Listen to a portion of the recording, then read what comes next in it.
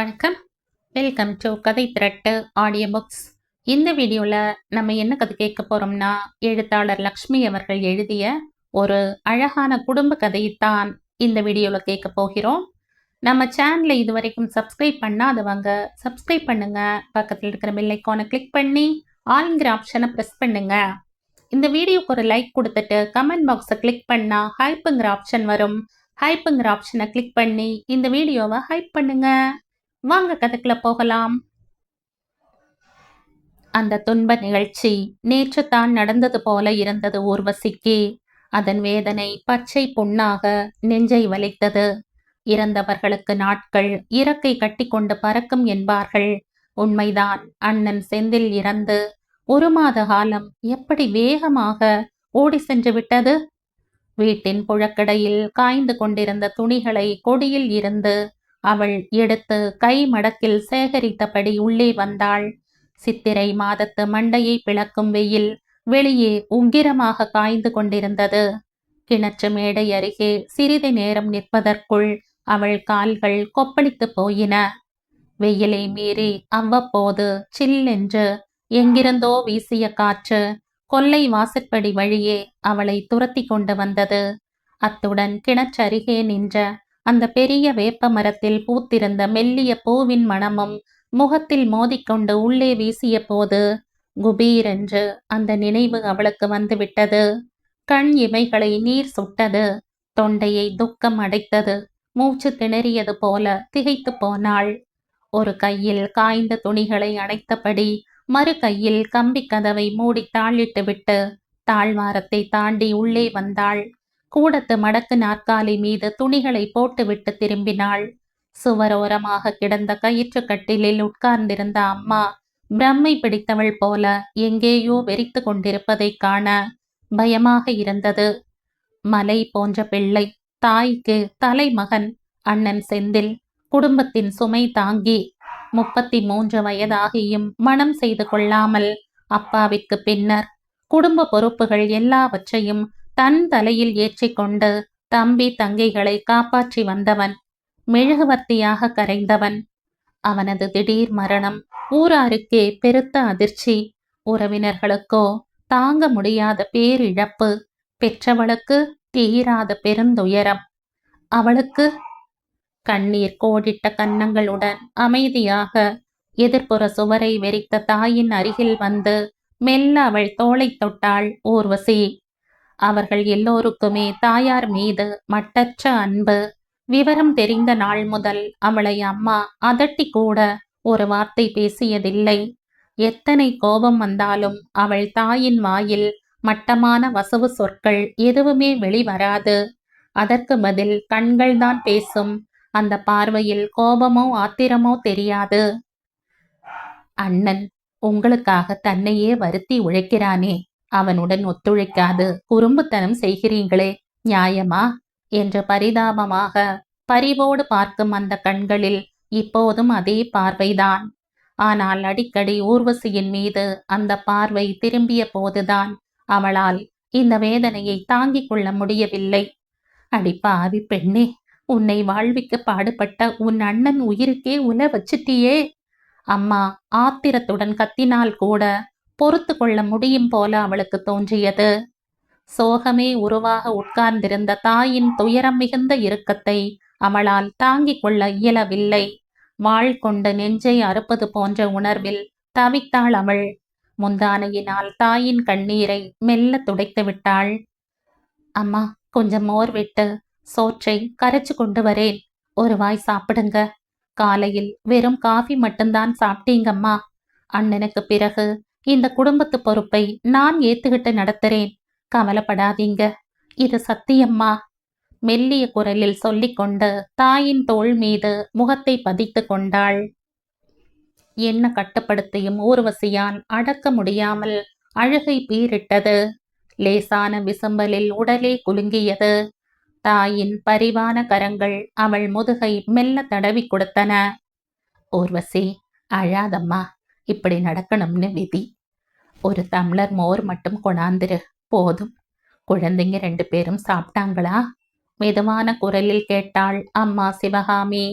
மாபெரும் துயரத்திலே மூழ்கி கிடந்த அந்த வேளையிலும் தாய்க்கு மற்ற குழந்தைகளைப் பற்றிய நினைப்பு விடவில்லை. தம்பி யோகேந்திரனும் தங்கை மேனகாவும் +2 தேர்வை முடித்து விட்டனர். நல்ல மதிப்பெண்களுடன் வெற்றி பெற்றுவிட்டால் அவர்களை எப்பாடுபட்டாவது கல்லூரியில் படிக்க வைத்து விடுவதாக அண்ணன் உற்சாகப்படுத்தியிருந்தான். பொதுவாக அண்ணனுக்கு கல்வி மீது பெருத்த நம்பிக்கை. தனக்கு அதிகம் படிக்க முடியாது போனதை தம்பி தங்கைகளுக்காவது ஈடு செய்து விட வேண்டும் என்பது போல் தொழில் கல்வி கொடுத்து அவர்களை முன்னேற செய்ய வேண்டும் என்று ஆசைப்பட்டான். செந்திலின் ஆசையும் ஊக்கமும் தான் ஊர்வசியை ஒரு BA பட்டதாரியாக்கியது. அந்த பட்டம் மட்டும் போதாது என்று அண்ணன் எண்ணினான். வேலை வாய்ப்பளிக்கும் தொழில் கல்வி நிலையத்திற்கு சென்னைக்கு மறுபடி அனுப்பி மேலே படிக்க வைத்தான். அவன் தனது தேவைகளை எல்லாம் தியாகம் செய்து 8 மாத காலம் அந்த நிறுவனத்தில் அவள் செக்ரட்டேரியல் கோர்ஸ் படித்து தேர்வு எழுதும் வரை பொறுமையாக அவளது செலவுகளை சமாளித்தான். பாசமலரில் வந்த அண்ணனைப் போல் அவன் வாழ்ந்தான் என்றால் மிகையாகாது. அப்பேற்பட்ட அண்ணனை பறிகொடுத்து விட்டது அவளுக்கும் மாபெரும் இடிதான். எழுந்திருந்த சமையல் அறைக்குள் புகுந்தவள் ஒரு டம்ளரில் மோரை ஊற்றி உப்பை போட்டு கலக்கி எடுத்து வந்து தாயிடம் கொடுத்தாள். யோகேந்திரன் கொளுத்தும் வெயிலை பொருட்படுத்தாது தெருக்கோடியை தாண்டி ஊருக்கு வெளியே அமைந்திருந்த மைதானத்தில் மற்ற பிள்ளைகளுடன் பந்து விளையாடப் போயிருந்தான். தங்கை மேனகா எதிர் வீட்டுக்கு ஓடி வார பத்திரிகை ஒன்றை இரவல் வாங்கி கொண்டு மூச்சிறைக்க உள்ளே வந்தாள். சொல்லாம கொள்ளாம வெளியே போறது என்ன பழக்கம்? அக்கா கண்டிக்கும் முன் தங்கை அவளை கடுமையாக உற்று பார்த்தாள். ஊர்வசி நொடியில் விளங்கி கொண்டு விட்டாள். ஊரே அவளை பற்றி பேசுகிற அந்த அவதூறான செய்தி எதிர் வீட்டிலும் பேசப்பட்டிருக்கிறது. தங்கை அதை கேட்டு அவமானத்தில் கொதித்து போய் அக்காவை ஆங்காரத்துடன் முறைக்கிறாள். இளம் உள்ளங்களில் வம்பு பேச்சு எத்தனை ஆழமான பாதிப்பை உண்டாக்கிவிட்டிருக்கிறது. யோகேந்திரன் கூட அன்று என்ன சொன்னான்? கிட்டிப்புள் விளையாடி கொண்டிருந்த போது விளையாட்டில் ஏற்பட்ட சண்டையில் ஒரு சிறுவன் அந்த வம்பை தூக்கி போட்டு எல்லார் முன்னிலையிலும் உடைத்திருக்கிறான். உங்க அக்கா கல்யாணம் ஏன் நின்னு போச்சு தெரியுமா? அதற்கு மேல் அவன் சொன்னதை போர்க்காது யோகேந்திரன் அவன் மேல் சிங்கமாக எகிரிப்போய் இருவரும் தரை மீது கட்டி உருள மற்ற பையன்கள் இடை புகுந்து பிரித்து அப்புறப்படுத்த சிராய்ப்பு காயமும் சினத்தினால் சிவந்த முகமுமாக வீடு திரும்பியவன் ஊர்வசியை எப்படி முறைத்து பார்த்தான்? உங்களை பத்தி ரங்க என்ன சொல்றான் தெரியுமா? உதடுகள் துடிக்க ஆரம்பித்த போது காதுகளை பொத்தி கொண்டு அலறி அழ வேண்டும் போல் ஆத்திரத்தால் துடித்தாள் ஊர்வசி. ஊரே வம்பு பேசின செய்திதான் அது. ஊர்வசியின் கல்யாணம் நின்று போய்விட்டது. காரணம் என்ன தெரியுமா? வாய் அழுக்காது இன்னமும் சிலர் பேசிக்கொண்டுதான் இருந்தனர். ஒரு சிறு கிராமத்தில் இந்த மாதிரியான நிகழ்ச்சி வெறும் வாயை மெல்கிறவனுக்கு பிடி அவல் கிடைத்தது போல் மிக சுவையாகி விடுகின்றது. வேறு யாராவது ஒரு விதவை பெண்ணோ அல்லது ஒரு சிறுவனோ சிவன் கோயிலை தாண்டி இருக்கும் பெரிய பாழுங்கிணற்றில் விழுந்து பிணமாக மிதக்கும் வரை ஊர்வசியின் சங்கதிதான் திரும்ப திரும்ப பேச்சாக இருக்கும். அந்த கிராமத்து மக்களுக்கும் பொழுது போக வேண்டுமே. அன்று கடை தெருவில் இருந்து ஊர்வசி வீட்டுக்கு தேவையான சில சாமான்களை வாங்கி வந்து கொண்டிருந்தாள். கூட துணைக்கு யோகேந்திரன். தன் பங்குக்கான சாமான் பையுடன் வந்தவன் நண்பன் ஒருவனை கண்டதும் பேச நின்று விட்டான். ஊர்வசி கோபத்துடன் மடமடவென்று மேலே நடந்து கொண்டிருந்தாள். அந்த தெருவின் கோடி வீட்டு வாயிலில் சில பெண்கள் நின்று கொண்டிருந்தனர். அவர்களை தாண்டி செல்லும் போதே ஊர்வசியின் கால்கள் அச்சத்திலே பின்னி கொண்டன. வாய் கூசாமல் வம்பு பேசுகிறவர்களை பார்க்க அவளுக்கு எப்பவுமே பயம். அன்று அவர்கள் அவளை சற்று தூரத்தில் கண்டதுமே தங்கள் கிசுகிசுவை தொடங்கிவிட்டனர். அவள் காதுகளில் கேட்க வேண்டும் என்று எண்ணியவர்கள் போல கொஞ்சம் உறக்கவே பேசி சிரித்தனர். தோ போறாளே, அவதான் ஊர்வசி. மேல் உலகத்து நாட்டியக்காரி போல பேருக்கு ஏத்தா போல சிங்காரமா நடக்கிறாளே. அண்ணன் செத்து 1 மாசம் ஆகல, அதுக்குள்ள வயசு பொண்ணு கடை கண்ணிக்கின்னு அவிழ்த்து விட்ட மாடு போல திரியறா. கல்யாணத்துக்கு முதல் நாள் பந்தலில பரிசம் வச்சுக்குவோம்னு அந்த புள்ளையாண்டா சொல்லிச்சாம். பட்டணத்தை சேர்ந்தவனாம். டாக்டர் படிப்பு படிச்சுட்டு இவங்க பவிசுக்கு இத்தனை பெரிய இடத்து மாப்பிள்ளை எப்படியப்பா வந்ததுன்னு அப்பவே நினைச்சேன். கல்யாணத்துக்கு முந்தியே மாப்பிள்ளைக்கு ஏதோ சந்தேகம். பரிசம் போடுறதுக்கு முந்தியே அன்னைக்கு மாலையிலேயே சொல்லாம கொள்ளாம ஊருக்கு போயிட்டான். நல்லவனுக்கு அடையாளம். பலத்த சிரிப்பு. காதுகள் இரண்டும் சிவந்து கண்கள் நீரை சொரிய நெஞ்சு பதைக்க ஆத்திரத்துடன் பாதங்கள் புதைந்த தெருவில் கொழுமணலில் நடந்தாள். செருப்புகளையும் மீறி புறங்காலில் மண் சுட்டது. கடைசியாக அவர்களில் ஒருத்தி சொன்னதை கேட்டு அவள் எப்படித்தான் பதறிப்போனாள். கல்யாணத்துக்கு முன்னால மாப்பிள்ளை காணாமல் போய்விட்டான். கேள்விப்பட்டதும் அவங்க வீட்டுல ஒரே ரகளையாம். அப்ப இவள் மயக்கம் போட்டு விழுந்து விட்டாளாம். நம்ம ஊர் வைத்தியர் சிகாமணி இல்ல, அவருதான் வந்து நாடி பிடிச்சு பார்த்தாராம். அப்பவே சொல்லிவிட்டாராம். கர்ப்ப நாடி ஓடுறத கண்டுபிடிச்சு அண்ணங்காரங்கிட்ட சொல்லிட்டாராம். அப்படியா சங்கதி? மாப்பிள்ளையும் ஒரு டாக்டர் தானே? இதுக்கு முன்னாலேயே வீட்டுக்கு வரப்போக பழக்கமாமே. அப்ப ஆசையா கைய பிடிச்சு தொட்டு பேசி இருப்பான். அப்பவே அவனுக்கு நாடியில இவன் கர்ப்பம்னு தெரிஞ்சு போயிருக்கும். அதுதான் அலறி அடிச்சுக்கிட்டு கல்யாணம் வேண்டாம்னு ஓடி போயிட்டான். காதை பிளக்கும்படி சிரிப்பு அலை மோதியது. முகத்தின் மீது நெருப்பை வாரி கொட்டியது போல ஆத்திரமும் அவமானமும் உடலை தகிக்க மனம் பதைக்க ஊர்வசி சாமான் மூட்டையை சுமந்து கொண்டு ஒரே மூச்சாக வீட்டுக்குள் வந்து கதவை சாத்தி கொண்டாள். நடையிலேயே உட்கார்ந்து விட்டாள். அவளுக்கு ஓவென்று அழுகை வந்து விட்டது. எதற்காக, யாருக்காக அழுவாள்? காதலிப்பதாக சொல்லி அவளது கருத்தை கவர்ந்து கொண்டு மனதிலே பல கற்பனைகளை எழுப்பிவிட்டு கல்யாணத்திற்கு தேதி வைத்து அண்ணன் பாடுபட்டு சம்பாதித்த பணத்திற்கு சேலையும் பாத்திரங்களும் வாங்கி வைத்து ஊராருக்கெல்லாம் அழைப்பிதழ் அனுப்பிவிட்டு எல்லாம் கூடி வரும் சமயம் இன்பமாக அவள் எதிர்பார்த்து கொண்டிருந்த அந்த நாளின் முதல் நாள் மாலையே மாப்பிள்ளை மாயமாகிவிட்ட மோசடியை நினைத்து அழுது புலம்புவதா? தங்கள் குடும்பத்தினரை ஊரார் முன்னால் பழிச்சொல்லுக்கு இலக்காகி மறைந்து போன மாப்பிள்ளையின் அடாத செயலை எண்ணி அதிர்ச்சியடைந்து அண்ணன் செந்திலுக்கு மாரடைப்பு வந்து திடீர் மரணம் அடைந்து குடும்பம் தலைவன் இல்லாது தத்தளிக்கும் அவலத்தை நினைத்து அழுவாளா? ஊரார் அவளுக்கு அவளது கற்புக்கு மாசு கற்பித்து கற்பனை கதை கட்டி விடுவதை எண்ணி கதறுவதா? ஊர்வசி நடை மீது உட்கார்ந்து கொண்டு பொங்கி வந்த அழுகையை அடக்கியபடி அமைதியாக கண்ணீர் உகுத்தாள். மகனது மறைவால் படுத்து கிடக்கும் அம்மாவிற்கு ஏற்கனவே அரை குறையாக செய்திகள் காதில் பட்டு மனம் மிக நொந்து போயிருக்கிறாள். மாதம் ஒன்றாகியும் இன்னமும் ஊர் மக்கள் அவர்கள் வீட்டு சங்கதியை அலசி பீய்த்து கொண்டிருக்கிறார்கள் என்பதை அறிந்து பெற்ற மனம் வீணாய் தவிப்பானேன் என்ற ஆதங்கம். யார் ஊர்வசியா? நடையில் உட்கார்ந்து என்னமா செய்யற? அம்மாவுக்கு பாம்பு செவி. சட்டென கண்களை துடைத்து கொண்டாள். சாமான்கள் ரொம்ப கனமா இருந்துச்சு. வெயில் வேற, அப்படியே நடையில உட்கார்ந்துட்ட, சமாளித்தாள். எல்லாத்தையும் சுமந்தவன் தான் போயிட்டான். பெண் குழந்தைகள் தலையில பொறுப்பு கட்டிட்டு. தாயின் குரல் தழுதழுத்தது. அண்ணா வேணுமின்னா செய்தார். அவருக்கு அவ்வளவுதான் ஆயுசு. நீங்க தான் மனசு தேத்திக்கிட்டு எங்களுக்கெல்லாம் தைரியம் சொல்லணும். நீங்களே மனசு தளர விட்டா?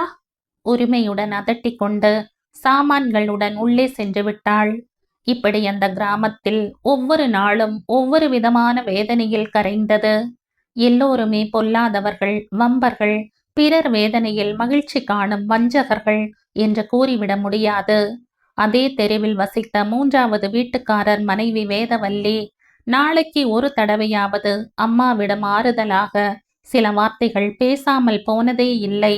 அதே போலத்தான் மருந்து கடை மாணிக்கத்தின் மனைவி தங்கம்மாளும் பெயரை போலவே குணம். சிவகாமி அம்மா, ஏன் இப்படி மலைச்சு போறீங்க? இந்த காலத்துல அடிக்கடி கேள்விப்படுற சங்கதிதான் இது. தினசரி பத்திரிகையை எடுத்து புரட்டி பார்த்தீங்கன்னா ரொம்ப அதிசயப்படுவீங்க.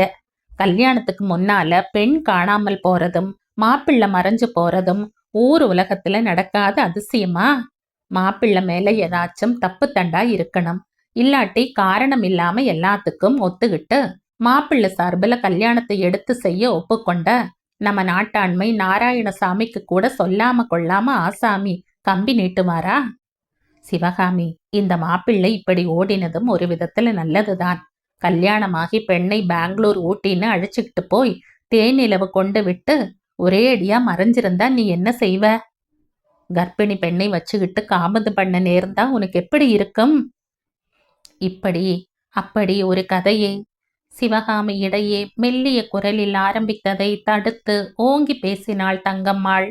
இந்த ஊர் வம்புக்காரிகளை விட்டு தள்ளு. ஒரு கல்யாணம் நின்னு போனா எப்பவுமே நம்ம மட்டி புத்தி பெண் வீட்டார் மேலதான் பழி போட சொல்லும். அதுவும் அந்த பெண் மேலதான் தப்புன்னு கதை அளக்க சொல்லும். சிவகாமி, நல்லா கேட்டுக்கோ. எங்க எல்லாருக்கும் உன் குடும்பத்தை பத்தி தெரியும். இன்னிக்கா நேத்திக்கா 30 வருஷமா தெரியும். உன் மகன் செந்தில் எத்தனை நாணயமான தம்பின்னு எல்லாருக்குமே தெரிஞ்ச சங்கதி தானே. உன் பெண்கள் 2 பேருமே நெருப்பு. யாரும் கிட்ட அண்ட முடியாது. அவங்கள பத்தி வீண் வம்பு பேசுறவங்க வாய் வெந்துதான் போகும். மிகவும் காரமாக, கடுமையாக, கோபமாக பேசினாள். அதே தங்கம்மாள் தான் அந்த யோசனையையும் சொன்னாள். கல்யாணத்திற்காக செந்தில் தங்கள் வீட்டை அடமானம் வைத்து அதிக வட்டிக்கு அவன் வேலை செய்த கடை முதலாளியிடமே கடனாக 15,000 வாங்கியிருந்தான். அந்த பணம் அத்தனையும் வெள்ளித்தட்டாகவும் எவர் சில்வர் பாத்திரமாகவும் துணிமணி, அரிசி, பருப்பு என்றும் மாறிவிட்டிருந்தது. கல்யாண செலவிற்கு என்று ஒதுக்கி வைத்திருந்த 2,000 அவனுக்கு மாரடைப்பு வந்து மயங்கி விழுந்தபோது வைத்திய செலவுக்கு பின் இறுதி கடன் வரை தொடர்ந்த மற்ற செலவினங்களுக்கும் கரைந்து போய்விட்டது. இந்த நிலையில் 3 மாதத்திற்கு ஒரு முறை வட்டி கொடுக்கவோ மேற்கொண்டு குடும்பத்தை நடத்தி கொண்டு போகவோ அவர்களுக்கு எந்த விதத்திலும் வாய்ப்பு இல்லை. வாங்கிய நகை, பாத்திரங்கள், துணிமணிகள் எல்லாவற்றையும் அதே கடையில் கொஞ்சம் தள்ளுபடியில் திருப்பி விற்று விடுவது. வட்டி விஷமாக ஏறிக்கொண்டிருக்கும் கடனை அடைக்க முடியாவிடில் வீட்டை கட்டி கொடுத்தவருக்கே விற்று கடன் தொகை போக மீதியை வாங்கிக் கொள்வது. வாரி இறைத்த பணத்தை சிதறியது போக மீதியை சேகரித்து கொண்டு சிவகாமி தன் 3 பிள்ளைகளுடன் பட்டணம் புறப்பட்டு போய்விட வேண்டும். பட்டணத்தில் அவர்களது தூர உறவுக்காரர்கள் இருக்கிறார்களே, அவர்கள் உதவியுடன் படித்த பெண் ஊர்வசி ஒரு வேலை தேடிக்கொள்ள வேண்டும். ஆண்களைப் போல பெண்கள் படித்து வேலைக்கு போகும் இந்த காலத்தில் நல்ல படிப்புள்ள ஊர்வசியை வச்சுக்கிட்டு சிவகாமி வருங்காலத்தை பத்தி ஏன் பயப்படணும்? பட்டணம் போனதும் உடனடியா செலவுக்கு கையில் கொஞ்சம் கணிசமாகவே ரொக்கம் இருக்குமே. இதுதான் தங்கம்மாள் தந்த யோசனை. சிவகாமியும் இதை பற்றி சிந்தித்தாள். இருமுறை ஊர்வசியிடம் பேசினாள். ஆனால் இடையிடையே மனதை அடைத்து கொண்ட புத்திர சோகத்திலே புத்தி கலங்கியவள் போல பறக்க பறக்க விழித்து கொண்டு அமைதியாக மகளை பார்த்தாள். பல ஆண்டுகளாக வாழ்ந்த வீட்டையும் ஊரையும் தெரிஞ்ச மனிதர்களையும் விட்டுட்டு உன்னாலதானே இப்போ நாம பட்டணத்துக்கு ஓட வேண்டிய பரிதாப நிலைக்கு வந்து விட்டிருக்கோம். சொல்லாமல் சொல்வது போல தெரிந்தது அவள் பார்வை. நோயாளி போல சோகத்திலே படுத்துவிட்ட சிவகாமி முன்போல் தட்டு முன் உட்கார்ந்து சோற்றை பிசைந்து உண்ண தெம்பு இருக்கவில்லை. உடம்புக்கு ஒன்றுமில்லை, மன அதிர்ச்சி. அதனால் உணவு கூட பிடிக்காத வெறுப்பு. ரொம்ப வற்புறுத்தாத, நாளடைவில் சரியாகிவிடும் என்று அவளை கவனித்த வைத்தியர் சிகாமணி சொல்லியிருந்தார். தாயை ஊர்வசி வற்புறுத்தவில்லை. அவள் கேட்ட புழுங்கல் அரிசி கஞ்சியை டம்ளரில் நிறைத்து அவளிடம் கொடுத்துவிட்டு கூடத்து தரையில் தட்டுகளை வைத்து தங்கள் மூவருக்கும் இரவு சாப்பாட்டை பரிமாறினாள். அண்ணன் உயிருடன் இருந்த காலத்தில் இரவில்தான் அவர்கள் வீட்டில் சம்பிரதாயமான சாப்பாடு. அம்மா பொறுமையாக சமைப்பாள். நாளைக்கு ஒரு விதமான பொரியல், ஒரு துவையல், ஒரு வறுவல் என்று சமையல் அறையில் இருந்து அம்மா பாத்திரங்களை எடுத்து வரும் முன்பே நாக்கு ஊறிப்போகும் எதிர்பார்ப்பில். இப்போதெல்லாம் விமர்சையான சாப்பாடு அவர்களுக்கு கட்டுப்படியாகாத காரியம். வெறும் ரசமும் வெண்டைக்காய் பொரியலும் மட்டுமே தான் செய்திருந்தாள். பகலில் எஞ்சியிருந்த மோரில் இன்னமும் கொஞ்சம் தண்ணீரை தாராளமாக ஊற்றி வைத்திருந்தாள். தட்டில் விழுந்த உணவை பார்த்துவிட்டு தம்பி யோகேந்திரன் உதட்டை பிதுக்கினான். வெண்டைக்காய் எனக்கு பிடிக்காதுன்னு தெரியுமே, எதுக்கு போட்டீங்க? அக்காவை அவன் முறைத்தான். ஓங்கி முதுகில் ஒரு அறை வைக்க வேண்டும் என்று ஆத்திரம் பொங்கிக் கொண்டு வந்தது ஊர்வசிக்கே. தங்கம்மா சொல்படி பட்டணத்திற்கு குடும்பத்தை கூட்டிக் கொண்டு போய் அங்கே நினைத்தவுடன் வேலை கிடைக்காது போனால் இந்த வெண்டைக்காய் பொரியல் கூட கிடைக்காது என்று கத்த வேண்டும் போல பொங்கிப் போனாள். ஏற்கனவே துயரில் நொந்து போயிருக்கும் தாயின் முன்னால் தம்பியை அதட்டவோ திட்டவோ மனம் இல்லை. இனிமேல நாம எல்லாத்தையும் சாப்பிட்டு வாழ தெரிஞ்சுக்கணும். பட்டணம் போக போறோமே என்றாள் மெல்லிய குரலில். ரசம் மட்டும்தான் வச்சிருக்கீங்க, கூட கொஞ்சம் வத்த குழம்பு இருந்திருந்தா நல்லா இருந்திருக்கும் குறைபட்டு கொண்டாள் மேனகா. கோபத்தை அடக்கி கொண்டு மென்மையாக முறுவலித்தாள் ஊர்வசி. அண்ணனுக்கு பிறகு அந்த 2 பேருக்கும் துடுக்குத்தனமும் துணிச்சலும் அதிகமாகிவிட்டன. இவர்களை வைத்துக்கொண்டு பட்டணத்திலே பற்றாக்குறை சம்பளத்தில் அவள் எப்படித்தான் குடும்பத்தை சுமக்கப் போகிறாளோ? கவலை பாறாங்கல்லாக நெஞ்சை அமுக்கியது. மோரை ஊற்றியதும் சோற்றை கலந்து கொண்டே மேனகா பேசினாள். எதிர் வீட்டுல செண்பகத்தோட அம்மா இன்னைக்கு மாங்காய் ஊறுகாய் போட்டுக்கிட்டு இருந்தாங்க. ஒரு பெரிய ஜாடி நிறைய போட்டாங்க என்றபடி மோர் விட்டாள் மேனகா. மோர் சோற்றிற்கு தொட்டுக்கொள்ள வெங்காய துண்டு 2 எடுத்து தட்டில் போட்டாள் ஊர்வசி. செண்பகத்திற்கு இந்த மாச கடைசியில நிச்சயதார்த்தம், பெருசா விருந்து வைக்க போறாங்களாம். அதுக்குத்தான் ஊறுகாய் எல்லாம் போட்டு தயாரா வச்சுக்கிறாங்களாம் மேனகா தொடர்ந்தாள். அவள் சொல்ல வந்ததை சட்டென புரிந்து கொண்டு விட்டாள் ஊர்வசி. செண்பகத்திற்கு விரைவில் கல்யாணம் நடக்கப் போகிறது. அவள் என்னை போல +2 மட்டுமே படித்தவள். என் வயசு. எனக்கும் அவளைப் போல எப்ப கல்யாணம் நடக்கும்? இனி நம் வீட்டை நாடி யாரு பெண் கேட்க துணிவோடு வர போறாங்களா? பாவாடை தாவடி போடும் பருவ பெண் மேனகா தோழிக்கு கல்யாணம் என்றதும் தனக்கும் கல்யாணம் நடக்காதா என்று ஏங்கக்கூடிய எக்கச்சக்கமான இளம் வயது. மேனகாவிற்கு வயது வந்துவிட்டது. இனிய கனவுகள், எதிர்பார்ப்புகள் இவற்றுடன் வளரப்போகிற தங்கையால் பட்டணத்து வாழ்க்கையில் என்னென்ன பிரச்சனைகள் நேரப்போகிறதோ? செண்பகம் கல்யாணத்துக்கு நாம இங்க இருக்க மாட்டோம். அதுக்குள்ளார ஒரு சமயம் நாம ஊரை விட்டே போக நேர்ந்தாலும் நேரலாம். சீக்கிரமா சாப்பிட்டுட்டு எழுந்திருங்கோ. ஊர் கதை பேச இதுவா நேரம்? கோபித்து கொண்டு உள்பக்கம் சென்றாள் ஊர்வசி. அலுமினிய பாத்திரத்தில் இருந்த சோற்றை அள்ளி போட்டு மோரை ஊற்றி கொண்டவள் ஒரு வாய் சோற்றை உருட்டி வாயில் போட்டு கொண்ட போது என்னவோ தொண்டை அடைத்து கொண்டு விட்ட உணர்வு. சோற்றை விழுங்க முடியாமல் கண் கலங்கி போனாள். சில நாள் முன்னர் டாக்டர் அரவிந்தனை மணக்கப் போகிறோம் என்ற இன்ப எதிர்பார்ப்பில் நினைத்து கொண்டிருந்தவளிடம் கல்யாணம் நடக்கப் போகிறதில்லை, உங்கள் குடும்பத்தில் இடிமேல் இடியாக துன்பங்கள் நிகழப் போகின்றன என்று யாராவது சொல்லி இருந்தால் நம்பியிருப்பாளா? மாட்டாள். அரவிந்தன் அவள் மனதை கவர்ந்து கொண்டு விட்டதோடு மட்டுமல்லாது வளமான வருங்காலம் அவளுக்கு அமையப் போவதாக அழுத்தமான நம்பிக்கையை அல்லவா கொடுத்திருந்தான். அவன் வேலை பார்த்து வந்த அந்த பெரிய மருத்துவமனையின் அதிபர் அவனை மேற்கொண்டு மருத்துவ பயிற்சிக்காக தம் செலவில் அமெரிக்காவிற்கு 2 ஆண்டு காலம் அனுப்பப் போவதாகவும் அந்த 2 ஆண்டு காலத்திற்கு அவளையும் கூடவே அழைத்து செல்ல போவதாயும் சொன்னபோது ஊர்வசி மகிழ்ச்சியில் மூழ்கி போனாளே. தாமரைப்பட்டி கிராமத்திலே பிறந்து வளர்ந்த ஒரு சாதாரண குடும்பத்தை சேர்ந்த அவளுக்கா இப்படியொரு யோகம்? வைத்தியர் பட்டம் பெற்ற கண்ணுக்கு அழகான பழகுவதற்கு இனிய ஒரு மனிதன் விரைவில் கணவனாகப் போகிறான். எண்ணி எண்ணி பூரித்து போய்விட்டாள். ஆனந்தத்தில் பொங்கி புரண்ட அவளது உணர்வுகள் இப்போது அவமானத்தில் புழுங்கிக் கொண்டு துயரத்தில் தொய்ந்து எப்படியெல்லாம் மாறிவிட்டது. எல்லாம் ஒரு சில நாளில் நினைத்து பார்க்க முடியாத திடீர் மாற்றம். கூடத்து தரை மீது விரித்து கிடந்த பாயின் மேல் அவள் வந்து படுத்தாள். அடித்து போட்டாற்போல தூங்கிவிடும் உடல் அயர்ச்சி. ஆனாலும் உறக்கம் வந்தால்தானே. கடந்து போனவற்றை நினைத்து குழம்பி வேதனையுடன் புரண்டாள். அண்ணன் செந்திலுக்கு தங்கைகள் தம்பி படிக்க வேண்டும் என்ற பிடிவாதம். அதற்கு தகுந்தாற்போல மூவருமே படிப்பில் கெட்டி. அது பற்றி அவனுக்கு மெத்த பெருமை. முதலில் இருந்தே கல்லூரி படிப்பு முழுவதையும் சென்னை பெண்கள் கல்லூரி ஒன்றில் விடு வசதியுடன் ஊர்வசி படித்து முடித்தாள். BA படிப்பிற்கு பின்னர் வேலை வாய்ப்பு திட்ட படிப்பு நிறுவனத்திலும் கம்பெனி வரவேற்பாளர், தொலைபேசி இயக்குனர் எனும் பயிற்சிக்கும் தொடர்ந்து படிக்க வைத்தான். BA படிப்பு உதவி சம்பளத்தில்தான். ஆனால் தொடர்ந்த தொழில் படிப்பிற்கு அண்ணன் மிகவும் சிரமப்பட்டதும் அவளுக்கும் தெரியும். தூரத்து உறவான அத்தை பத்மாவதி அம்மாள் தன் வீட்டில் அவள் தங்கிக் கொள்ள உதவினாள். அத்தை விதவை, 50 வயது தாண்டியவள். சமைக்கவும் வீட்டை கவனிக்கவும் துணைக்கு ஒரு பெண் வேலையாளுடன் வசிப்பவள்.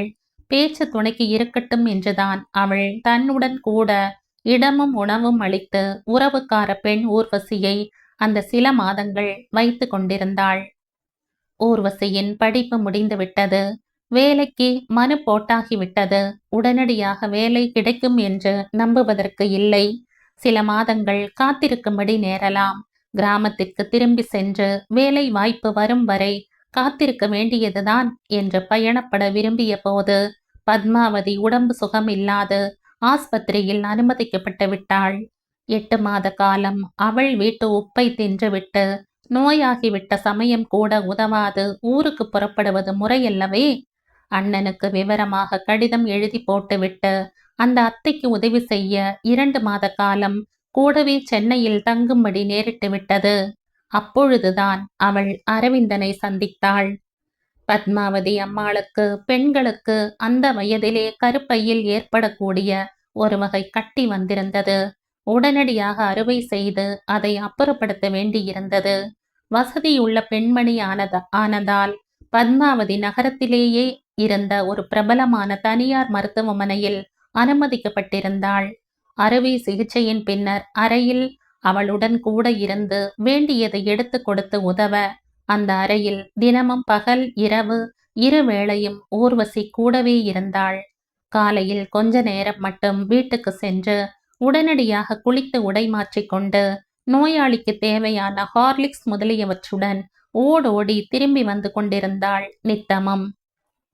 முதல் நாள் மயக்கமாக கிடந்த பத்மாவதி மீதே முழு கவனமாக இருந்த அவள் அறைக்குள்ளே அடிக்கொரு தடவை வந்து போய்க் கொண்டிருந்த நர்ஸுகள் டாக்டர்கள் எவரையுமே அதிகம் கவனிக்கவில்லை. கூட்டமாக டாக்டர்களும் நர்ஸுகளும் அறைக்குள் நுழைந்ததும் அவள் வெளியே வந்து வராந்தாவில் ஒரு ஓரமாக நின்று கொண்டு விடுவாள். அன்று ஞாயிற்றுக்கிழமை. தலைமை டாக்டர் வருவதில்லை. உதவி டாக்டர்கள் மட்டுமே வந்து போவது வழக்கம். அதையெல்லாம் ஊர்வசி பிறகுதான் தெரிந்து கொண்டாள். அறுவை சிகிச்சை நடந்து சில நாளாகிவிட்டது. மயக்கம் தெளிந்து மெல்ல எழுந்து சாய்ந்த நிலையில் பத்மாவதியால் படுக்க முடிந்தது. அருகிலே ஒரு நாற்காலியில் பத்மாவதி அமர்ந்து கொண்டு காலை பத்திரிகையை சற்று உறக்க வாசித்து காட்டிக் கொண்டிருந்தாள் ஊர்வசி. ஹலோ, பேப்பர் படிக்கிற அளவுக்கு உடம்பு நல்லாவே ஆயிட்டாப்ல இருக்கே. நாளைக்கு தையல் எடுத்துடுவோம். 2 நாள் கழிச்சு வீட்டுக்கு போயிடலாம்.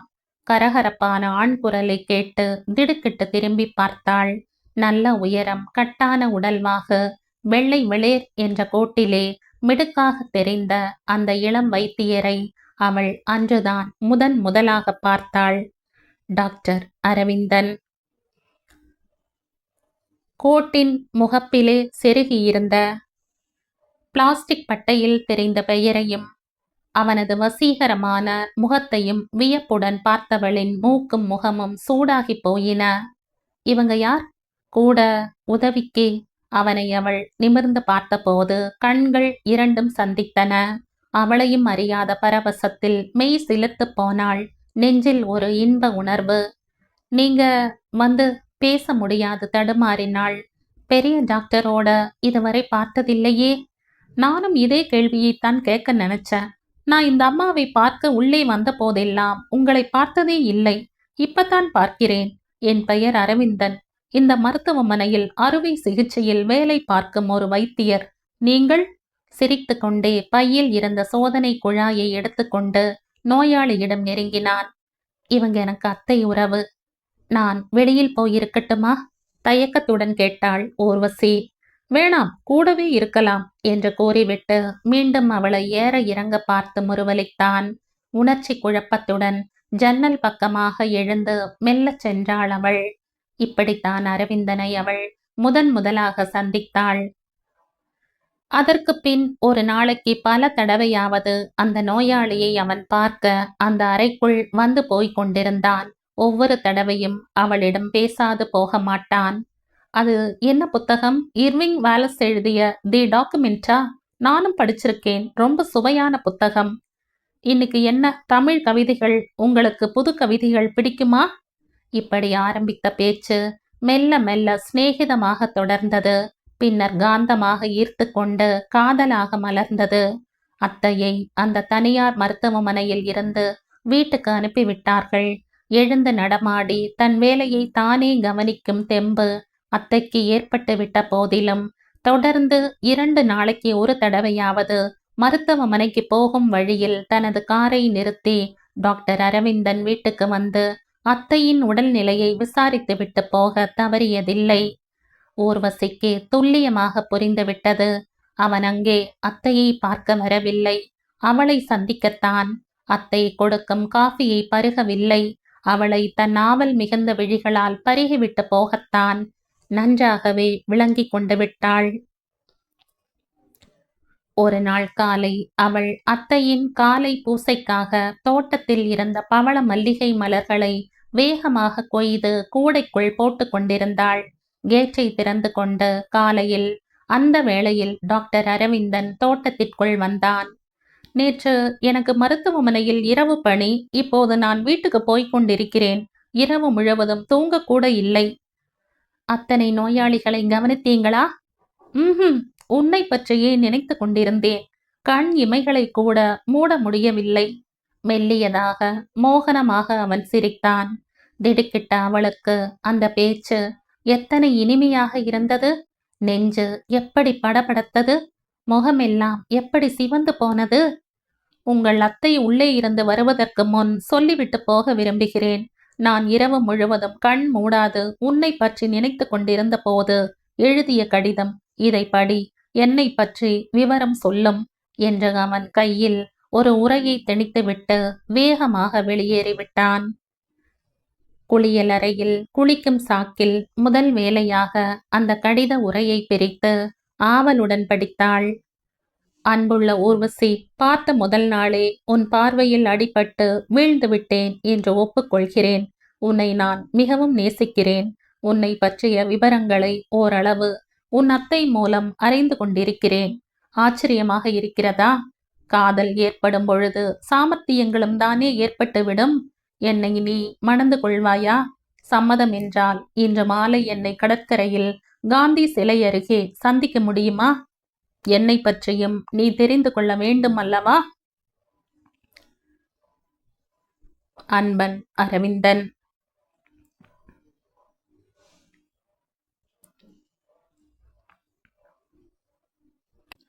கடிதத்தை பலமுறை படித்தாள். தாங்க முடியாத பிரமிப்பு. முதல் நாள் பார்த்ததுமே அவளும் அவன் வசம் ஈர்க்கப்பட்டு விட்டாளே. மிகவும் பழகியவன் போல நெருங்கி வந்து நித்தமும் அவளிடம் அவன் பேச முயன்றாலும் அவள் மனதிற்குள்ளும் ஒரு சிறு அச்சம் இருக்கத்தான் செய்தது. இந்த கதையின் தொடர்ச்சியை அடுத்த பதிவில் கேட்கலாம். நன்றி.